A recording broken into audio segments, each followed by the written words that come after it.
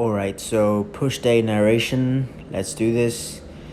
So I did do an exercise before this, but I didn't record it. So let's see. I've got 55s, and I push it up. There we go. So I got, if I remember correctly, I've gotten 8 reps on this set. The 8th rep was incredibly difficult. Personally, because of how long my arms are, I just find it incredibly difficult to just progress on exercises like the bench press or like the overhead press or just any pressing movements at all. I find it difficult to progress on just because of how disproportionately long my arms are. Alright, so here I got done with the 8th rep. Now I did another set with 55s, but I didn't record that. So here's me pushing around 50s. I think I got 12 here, if I remember correctly. Yep. So again, I'm just making sure my form is okay. I'm pretty sure everything was feeling good that day. My shoulder was okay. Everything just felt exactly the way it was supposed to. This was my last set, so I just decided to, you know what, let's just hammer it all out. Let's just go all out and give it everything we've got. So here I am, pushing, get this one. I think, yep, so I'm breathing heavy there, and push, not happening. So I'm still pushing, it's not happening. I knew it wasn't happening, but I just kept pushing anyways. Alright, so I'm doing dumbbell presses here. I know you've seen me throw around 60s, but because I've already done so many exercises, my chest, my triceps, my shoulders, everything's just so fatigued that I'm going to have to lighten the weight. And I get 8 reps here, pretty close to failure, not all the way. I think, as far as I know, I didn't go all the way to failure. But my arms were completely wobbling. This weight was pretty heavy. I don't know what it was. It's just dumbbell presses feel excessively heavy on push days because they're like the 4th exercise I do. So here's me getting pretty much, that's the 7th one, I think. Yeah, oh no, that was the 8th, okay. Alright, so here I was planning for another set of 8 with 55s, but I didn't get that, and you'll see why.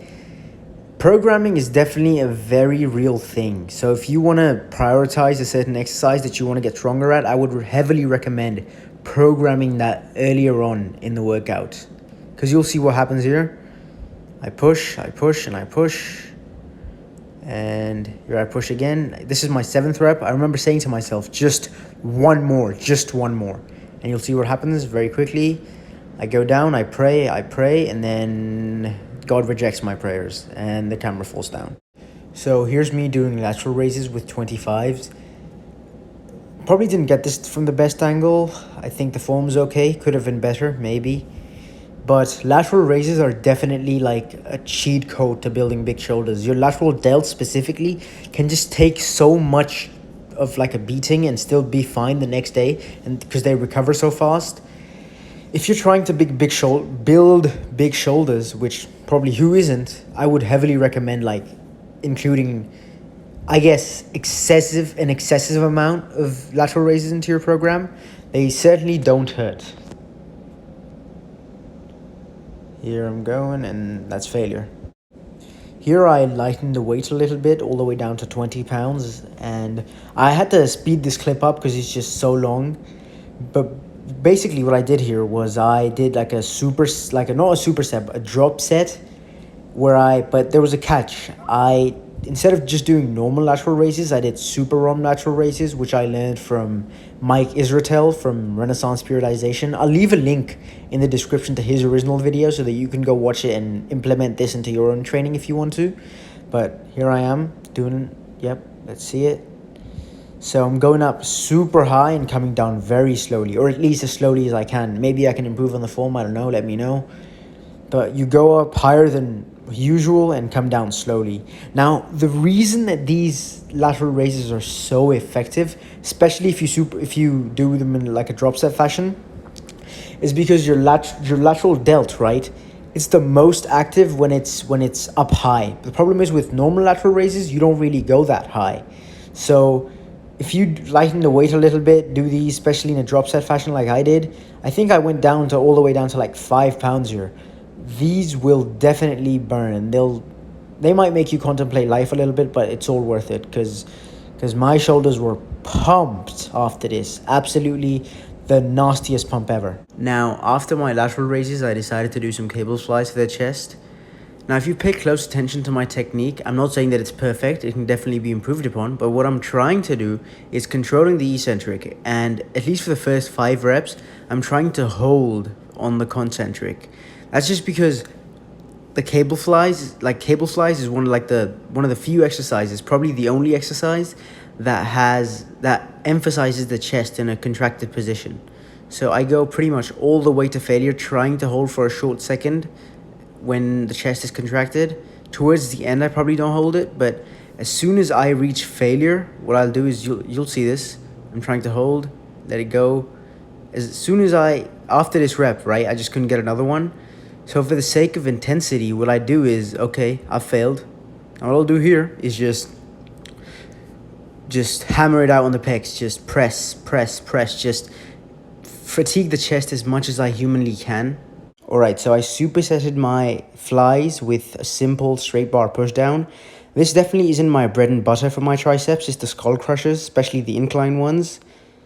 I think I could have done a better job controlling the weight here, but it is what it is. But I think I went all the way to failure on this. That's about it. That's all I did for the workout. I didn't record some parts, but that's whatever. Now I'm just going to let you enjoy the workout and enjoy the rest of the video, bro. Alright. Yeah, so post push day, it was definitely a very good workout. I definitely enjoyed it a lot. I felt very strong. There were, of course, again, some parts that I just didn't record, some parts that I did record and I'm not going to put out there, but I noticed a couple of things when I was looking back at the footage. One, I need a haircut. I probably needed a haircut about 3 weeks ago. 2, I constantly look like I'm homeless whenever I'm in the gym for some reason. I should probably put on better clothes. No, I don't think I will. I don't think I'm gonna put on better clothes. I mean, I'm in the gym to train, so fuck it, right? The one thing that I definitely don't like about filming and documenting is that it takes me out of the zone when I'm in the gym. So that's definitely a downside to recording. All right, so I don't know if you can see, but it's 9:30 p.m. It's dark as fuck outside. I was looking back at the footage that I made when I just finished my workout, and I was not in the mood to talk. It's pitch black right now. I can't see shit. But yeah, I just got done with my Muay Thai session. I don't know, I did Muay Thai and Jiu-Jitsu, so I don't know if you can see.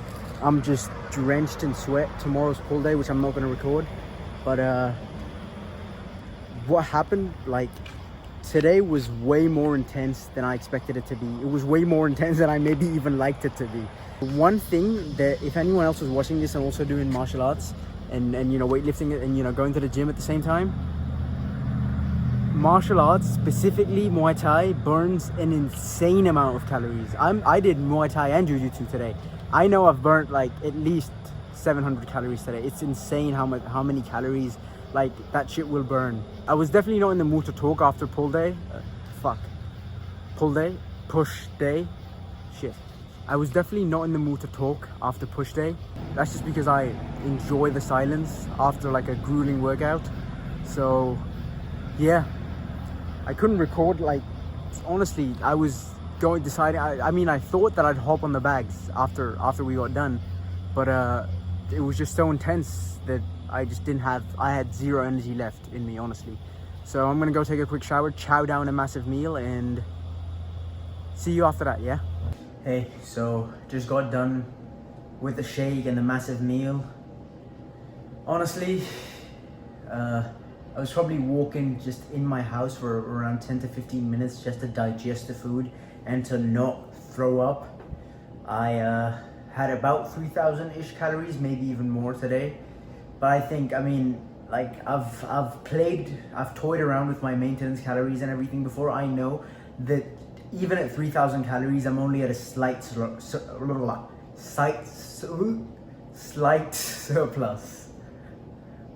Yeah. So really, what really happened, like the overview of the day is, after training, I came home, took a shower, had a massive meal, and I just literally passed out, took a nap for like an hour and a half-ish, approximately, like for an hour and a half. Then I woke up, immediately just went to Jiu-Jitsu, trained Jiu-Jitsu for an hour, then trained Muay Thai for an hour. And by the end of it, I felt like death. Like right now, just holding holding like the camera up to record hurts my shoulder. Everything is just destroyed. My neck is sort of fucked up because of jiu-jitsu and takedowns and stuff. And but overall, I did really enjoy the day. What I want to say is I definitely, bro, if you probably understand because you train. I'm gonna assume that if you're watching this, you train some sort of, you know, you do some type of training, right? The thing is, I really do enjoy training, even though I train twice a day, like 4 hours total. I really enjoyed the day. I really enjoyed training, and I have no regrets whatsoever. Besides that, yeah, I guess I'll see you next time. Yeah.